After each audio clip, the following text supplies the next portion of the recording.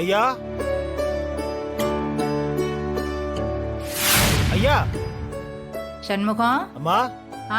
வாயா.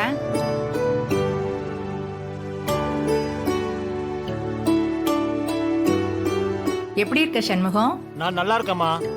ஐயா இருக்காருங்களா? ரகு.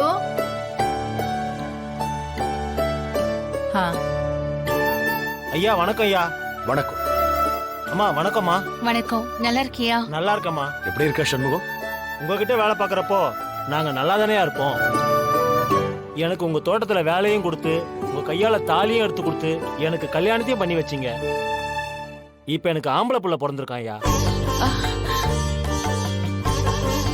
அப்படியா? ரொம்ப சந்தோஷம் சண்முகம். வாழ்த்துக்கள். ஐயா நீங்க வந்து என் பிள்ளைக்கு பேர் வைக்கணும் ஐயா. நாளைக்கு பிள்ளைக்கு பேர் வைக்கிற விசேஷம் வச்சிருக்கேன். கண்டிப்பா நீங்க எல்லாரும் குடும்பத்தோட வரணுங்க ஐயா. ஐயா வாங்கிக்கங்க ஐயா. அண்ணே போங்கண்ணே. அம்மா நீங்களும் ஐயா கூட வந்து நில்லுங்க.